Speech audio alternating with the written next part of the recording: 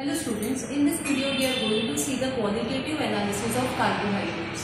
So as we know, carbohydrates are the polyhydroxy alcohols with aldehyde or ketones and their derivatives.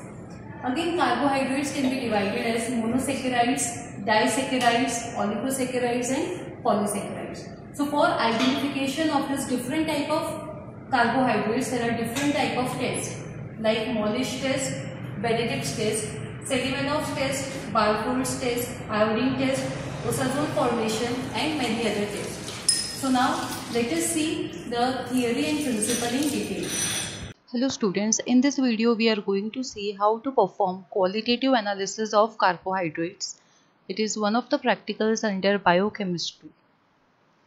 Aim for the practical is to perform qualitative analysis of carbohydrates. Let us see the requirements. Apparatus we would require are test tube stand, beakers, pipettes, test tube holder, etc. In chemicals, we will require obviously the samples of carbohydrate, then Molish reagent, Benedict's reagent, iodine reagent, sodium hydroxide, concentrated sulfuric acid. So before moving on to qualitative analysis, let us see what are carbohydrates. So carbohydrates are organic compounds with the general formula CmH2ON. That is, it consists only of carbon, hydrogen and oxygen, with hydrogen and oxygen in the ratio 2:1. Carbohydrates are also known as polyhydroxyaldehydes or polyhydroxyketones. Let us see the classification of carbohydrates. Carbohydrates can be divided as simple carbohydrates and complex carbohydrates. Simple carbohydrates are further divided into monosaccharides and disaccharides. Let us see some of the examples of monosaccharides. These are glucose, fructose, galactose. Disaccharides examples are maltose, lactose, sucrose. Complex carbohydrate, it means polysaccharides. So some of the example of polysaccharides are starch, fibers, glycogen, etc. So now let us see what are simple carbohydrates and what are complex carbohydrates. Simple carbohydrates, they can be rapidly broken down to be used as energy. Whereas complex carbohydrates, they contain longer chains of sugar molecules than simple carbohydrates. Again, we have seen that simple carbohydrates are divided as monosaccharides and disaccharides. So what are monosaccharides? Monosaccharides cannot be hydrolyzed further to give simpler units of polyhydroxyaldehyde or ketones. Whereas disaccharides on hydrolysis, they yield two molecules of either the same or different monosaccharides. That is, they will yield the monosaccharides of which they are made of.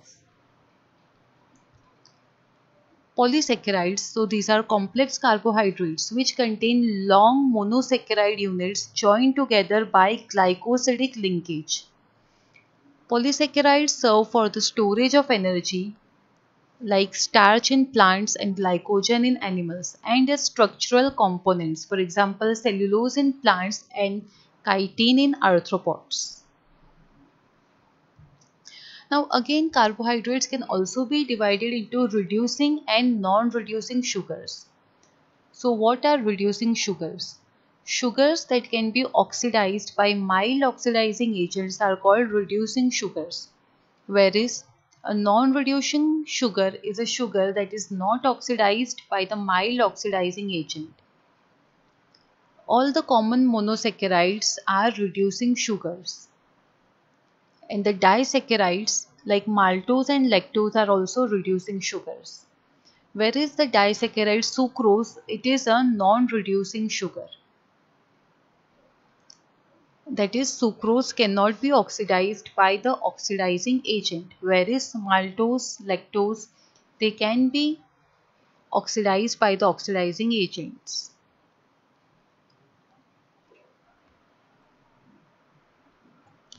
Now let us see the qualitative test for identification of carbohydrates. So first test is the Molish test. It is a sensitive chemical test for all the carbohydrates and some compounds containing carbohydrates in a combined form.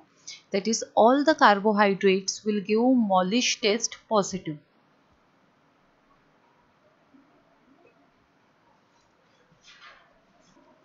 Okay, so what is Molish reagent? It is 10% alpha naphthol in ethanol. Now let us see the principle of this test. Dehydration of carbohydrates by sulfuric acid to produce an aldehyde, that is either furfural or a derivative, which then condenses with the phenolic structure, resulting in the reddish-violet junction ring at the junction of two liquids. So you can see here what happens in the Molish test. You can see the reaction. Now suppose if the sample is glucose, carbohydrate is glucose, then in presence of concentrated H2SO4, it forms hydroxymethyl furfural. Now this hydroxymethyl furfural reacts with the phenol, that is alpha naphthol, again in presence of concentrated H2SO4 to form a purple or violet colored complex.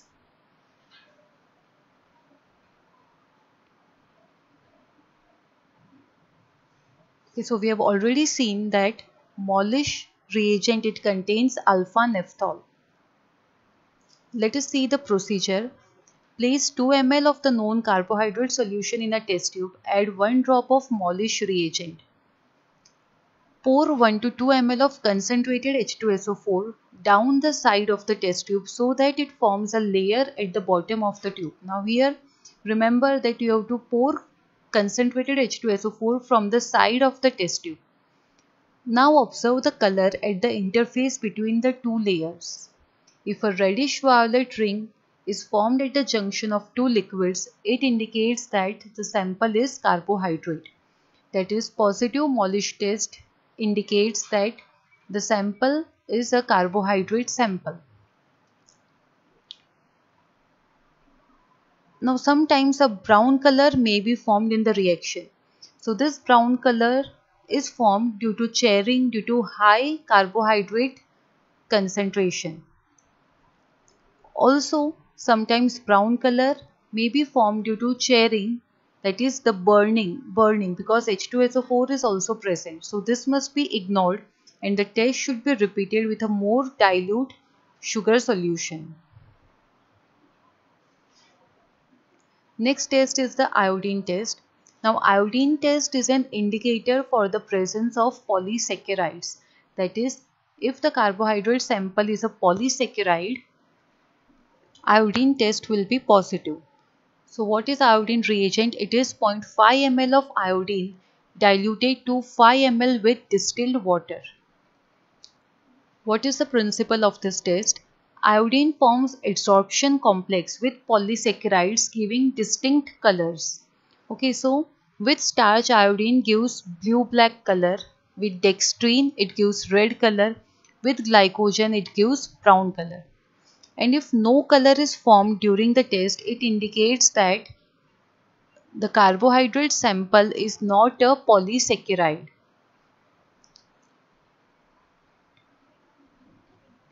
So let us see the procedure. The procedure is simple. You have to add 2 to 3 ml of sample solution and add to it 1 to 2 drops of iodine solution and then observe the color produced.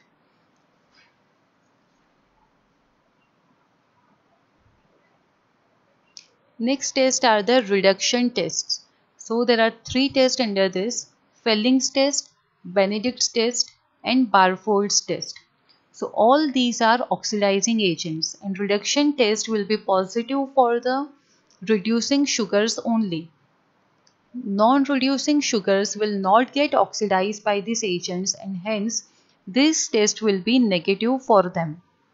So now let us see the tests one by one. First is Felling's test.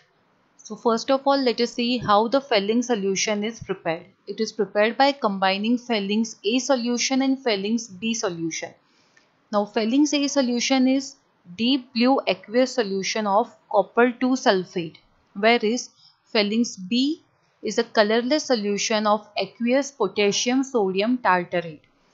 Potassium sodium tartrate is also known as Rochelle salt.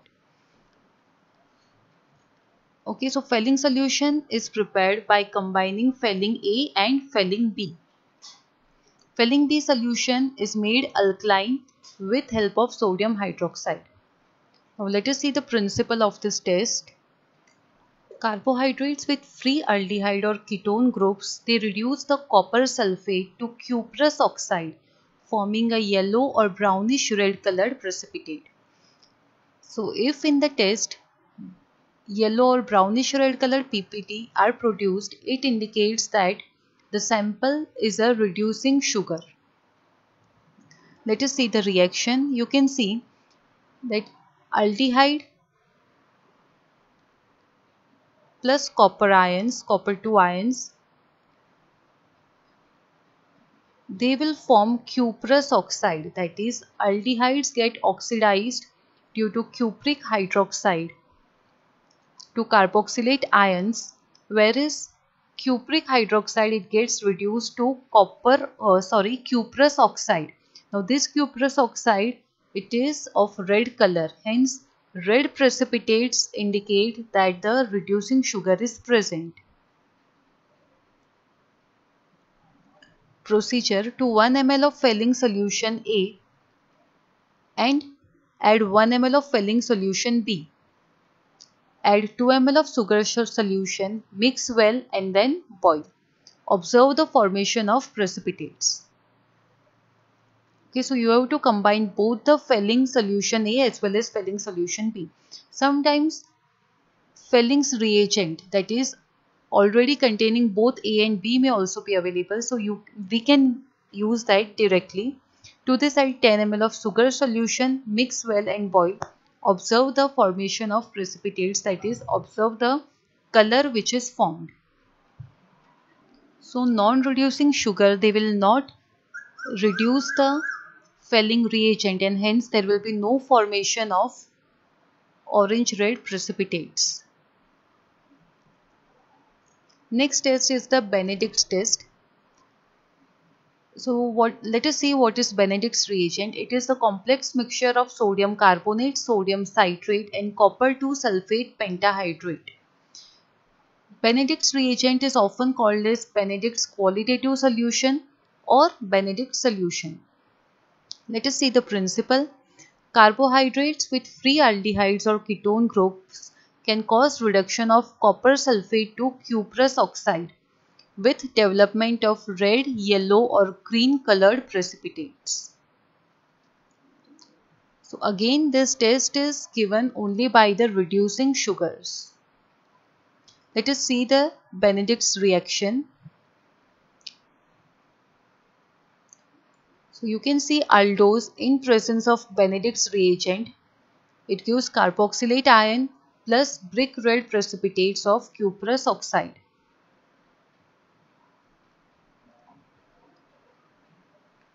Next is the Barfoed's test. Barfoed's reagent is cupric acetate in acetic acid. So what is the principle? The monosaccharides with free aldehyde or ketone groups can cause reduction of copper sulfate to cuprous oxide with development of red precipitates. Procedure is to 1 to 2 ml of Barfoed's reagent, add equal volume of sugar solution, boil for 5 minutes in a water bath and allow to stand. Brick red cuprous oxide precipitates will be formed if the reduction has taken place.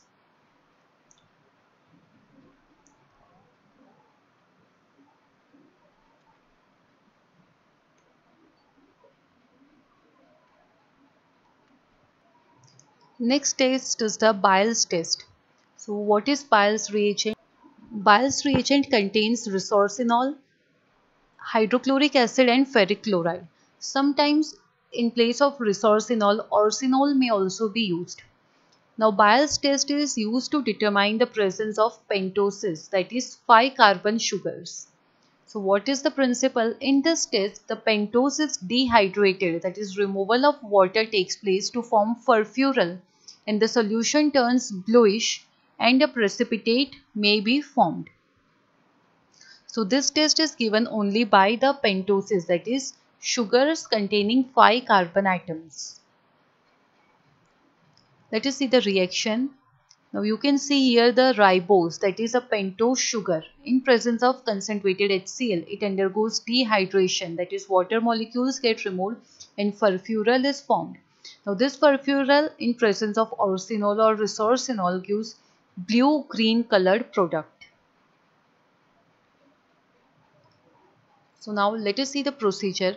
To 5 ml of Biles reagent, add 2 to 3 drops of sugar solution and then boil. Upon boiling, note the green-blue color formed. If this color is formed, then pentose sugar may be present, and if this color is not formed, then pentose sugar is absent. So we have seen all the major tests for carbohydrates. Now let us see how to perform the actual qualitative analysis. So we are going to do qualitative analysis of 2 samples. Hello students, practical which we are going to say is to perform qualitative analysis of carbohydrates. So the main test for the identification of carbohydrate is Molish test. So first step will be the performance of Molish test. If the test is positive, it indicates that carbohydrate are present, and if it is negative, it will indicate that carbohydrate is absent. Okay, so now let us see our first basic test, that is Molish test. So here you can see we have took the Molish reagent. So these are some of the set of test tubes. This is our sample solution of carbohydrate. So now we are going to take 1 to 2 ml of our sample solution into the test tube. Okay. Now to this we are going to add the Molish reagent.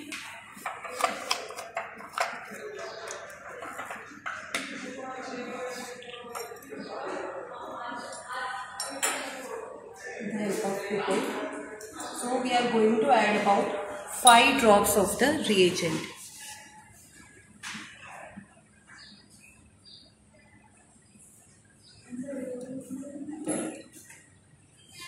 Okay. Now we are going to add into it concentrated H2SO4.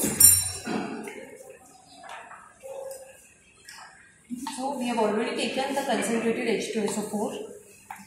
We will use another pipette for this.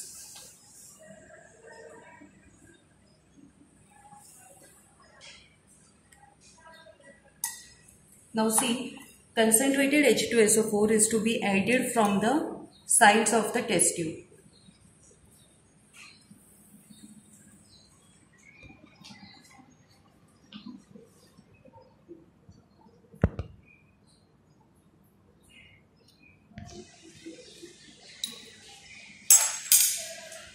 So you can see here the formation of purple ring at the interface. You can see the two liquids, and at the interface a purple ring is formed. So our Molish test is positive, hence the sample which we are going to analyze is of carbohydrate.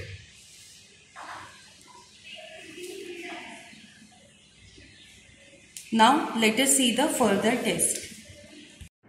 So we have already seen that Molish test was positive. There was the formation of purple color at the interface. So that indicated that carbohydrate is present. Now we will proceed for further test. So first test we are going to perform is iodine test. Now on performing iodine test, if we get blue color, then starch may be present. Red color indicates presence of dextrine. Brown color indicates presence of glycogen. And if there is no change in the color, it will indicate the absence of polysaccharides. So after doing this, we will proceed for the confirmatory test based on the formation of color. So now you can see we have taken the iodine reagent. Now we are going to take our sample solution.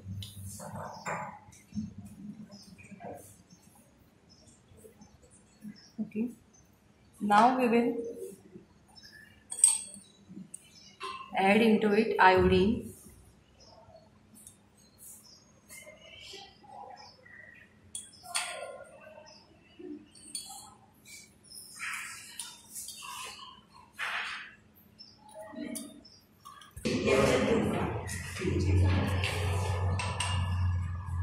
You can see the formation of blue color. You can see the development of blue color. So this indicates that the sample may be starch. So now we are going to proceed for the confirmatory test of starch. So we have seen that on the addition of iodine, the sample gave blue color, which indicates that starch may be present. So now we are going to proceed for the confirmatory test for the starch. So for confirmatory test, we have to take our sample solution. We will add into it 3 ml of NaOH and then iodine solution. If the blue jelly-like mass is formed, it will indicate that the sample of carbohydrate which we are analyzing is of starch. Okay, so we have already taken our reagents, that is sodium hydroxide solution and the iodine solution. We have already taken out sodium hydroxide solution into the beaker. So now we will take few ml of our sample solution. Into this we are going to add 3 ml of NaOH.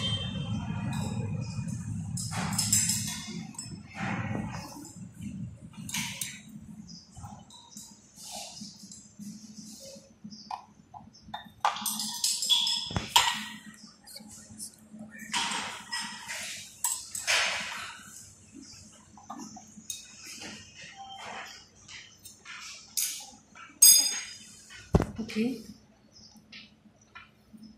Now we are going to add iodine.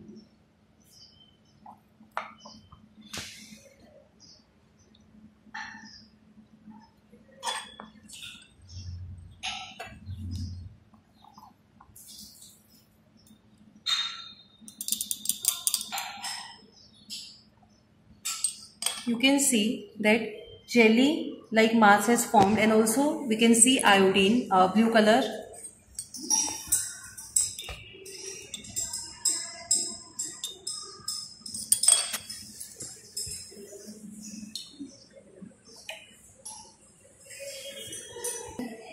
You can see the blue jelly like mass has formed. So now it is confirmed that our sample is starch.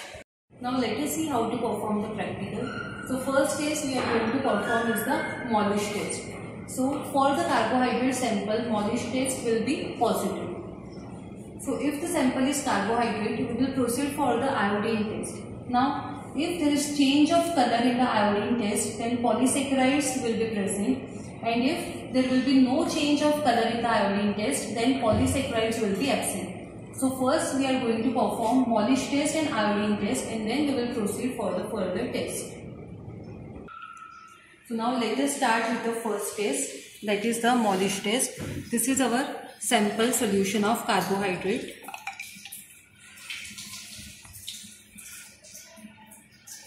We will take 1 to 2 ml of sample.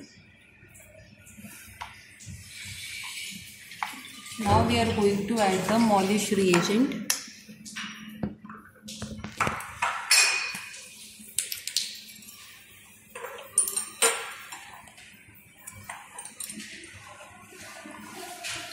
So we will add 5 drops, 4 to 5 drops.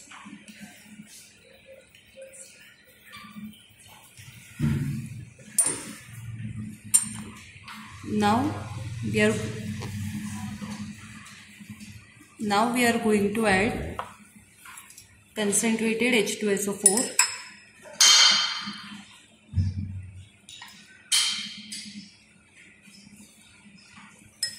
This we will add from the sides of the test tube.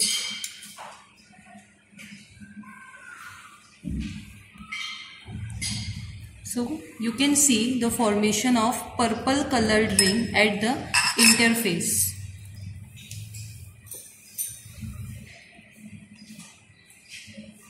Here you can see the formation of ring. So this indicates that Molisch test is positive and our sample is the sample of carbohydrate. Now we are going to proceed for the second test, that is iodine test. So this is our sample solution. We take the sample. Now we are going to add iodine.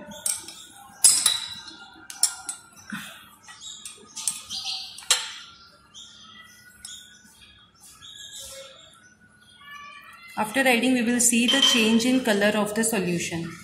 So you can see there is no change in color. The color which we are saying is the color of iodine solution.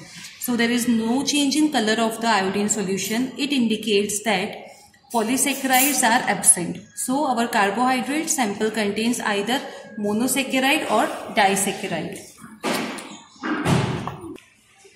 So in the iodine test, we are seeing that there was no change in color of the iodine solution, which indicated that polysaccharide is absent in our sample. So now we will go for Benedict test. If we obtain Benedict test positive, it means reducing sugars will be present, and if Benedict test is negative, it will indicate that reducing sugars are absent and sucrose may be present, and then we will go for it for its confirmatory test. If the Benedict test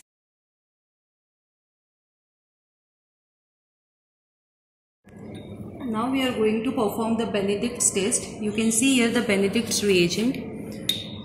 We will take the sample solution. Now we are going to add the Benedict reagent.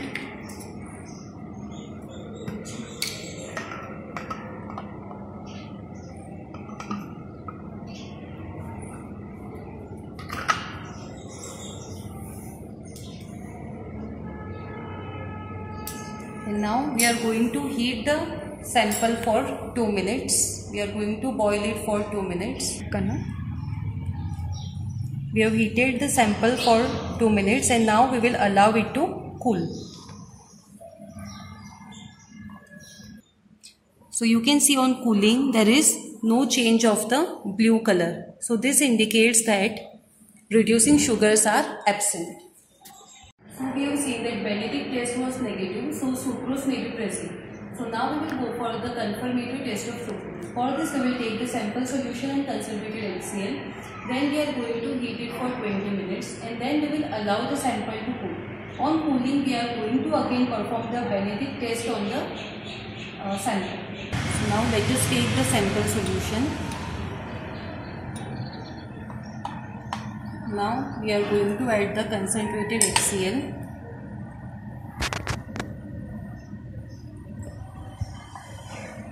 You can see the fumes coming out. Okay, after addition of HCl, now we are going to keep the sample for heating for 20 minutes. Now during this heating, hydrolysis of sucrose occurs. During hydrolysis, the sucrose breaks up into fructose and glucose. So when we perform the Benedict test on hydrolyzed sample, we will get it positive because during hydrolysis, sucrose has broken down into glucose and glucose and fructose give positive test for the Benedict. We have completed the heating for 20 minutes. You can see that hydrolysis of sample has occurred. You can see the slight change in color.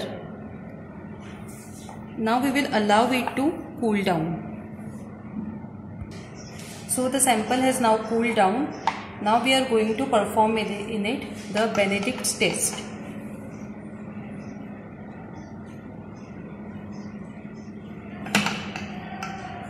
We will add the Benedict reagent.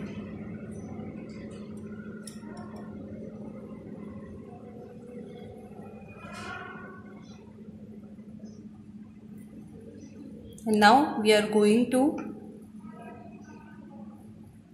heat it. Now we are going to heat after addition of Benedict reagent.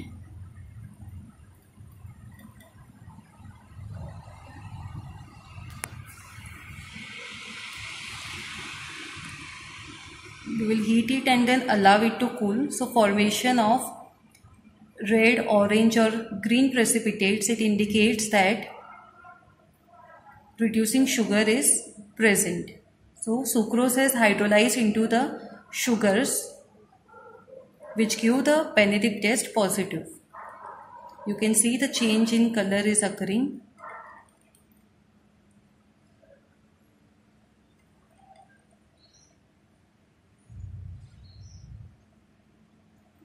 Now we will allow it to cool down and observe the color.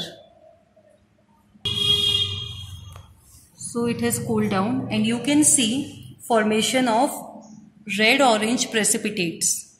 So this indicates that sugar, or you can say sucrose, is confirmed in our sample. So students, we have performed the qualitative test for 2 samples.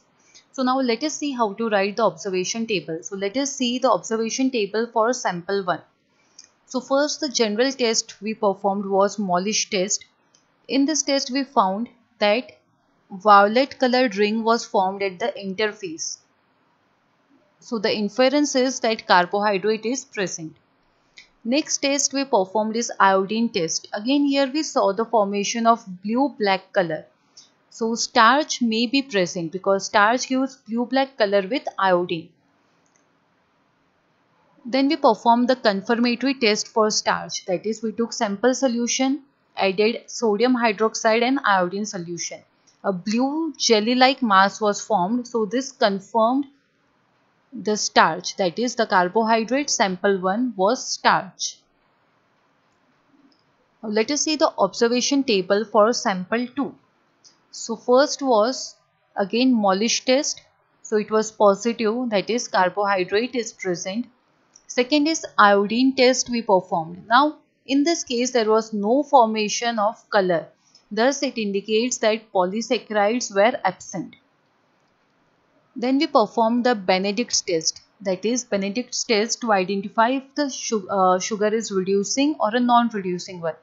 So in this test we observed that there was no orange yellow colored precipitates formed.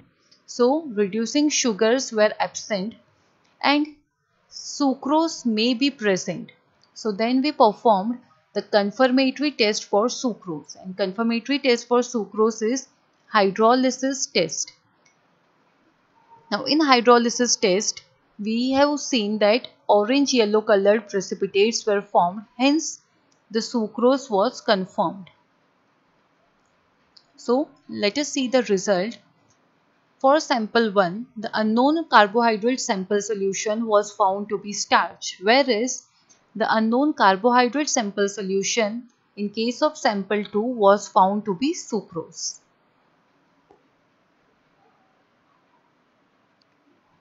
Now let us see some of the questions for synopsis. So which biomolecules give positive Molish test? Okay, so we know that carbohydrates, they give the positive Molish test. Next is, what happens in Molish test if the sugar concentration is very high? So if the sugar concentration is high, we have seen that a red or brown color may be obtained due to chairing action of sulfuric acid. Next question is, what are reducing sugars? So we have already discussed reducing sugar is any sugar that is capable of acting as a reducing agent due to presence of free aldehyde group or a free ketone group. So all monosaccharides are reducing sugars along with some disaccharides, some oligosaccharides and some polysaccharides. Next question is, what are aldoses and ketoses? So aldose is defined as a monosaccharide whose carbon skeleton has an aldehyde group, that is CHO group, while ketose is a monosaccharide whose carbon skeleton has a ketone group, that is C double bond O group. So let us see the differences between the aldose and ketose. So aldose contains aldehyde group, whereas ketones contain ketone group. Aldose are found in plants, whereas ketose, it is found in processed food. Now aldose isomerizes into ketose. Ketose isomerizes into aldoses only in the presence of a reducing sugar. Then aldoses gives light pink in Selivanov's test, whereas ketoses gives a deep cherry red color. Example of aldoses are glucose, ribose, galactose, while that of ketose is fructose, erythrulose and ribulose. Okay, so next question is explain the principle of Molish test. So in Molish test, carbohydrate undergoes dehydration upon the introduction of concentrated hydrochloric or sulfuric acid, resulting in the formation of an aldehyde. This aldehyde undergoes condensation along with two phenol type molecules, that is alpha-naphthol, resorcinol or thymol, resulting in formation of a purple or reddish purple colored complex. Okay, so we can see here the formation of the violet or purple colored ring in the Molish test.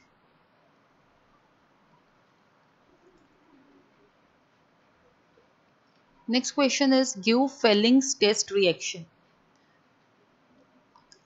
So aldehyde in presence of cupric hydroxide, cuprous oxide is formed which are of red color, that is red colored precipitates of cuprous oxide. So reducing sugars, that is sugars with free aldehyde or ketone groups, they give a positive Felling's reaction. That is we will observe the formation of red precipitates due to formation of cuprous oxide. Next question is how can you distinguish between reducing and non-reducing sugars? So by performing reduction test, that is Felling's test, Benedict's test, we can distinguish between the reducing and non-reducing sugars. Next question is by which test you can distinguish between aldosis and ketosis. So as we have seen, aldosis they contain CHO group in carbon skeleton, whereas ketosis they contain C double bond O group in the carbon skeleton. So these two can be distinguished by performing the Selivanov's test. Ketosis give deep cherry red color with the Selivanov's reagent, whereas aldosis they give faint pink color. So this test relies on the principle that when heated, ketoses are more rapidly dehydrated than aldosis. Next question is how is Selivanov's reagent prepared? So to prepare this reagent, add 0.05% resorcinol, that is metahydroxybenzene, in 3 normal HCl. That is we have to dissolve 50 gram of resorcinol, 50 milligram of resorcinol in 33 ml of concentrated HCl and make it 200 ml with water. Thank you.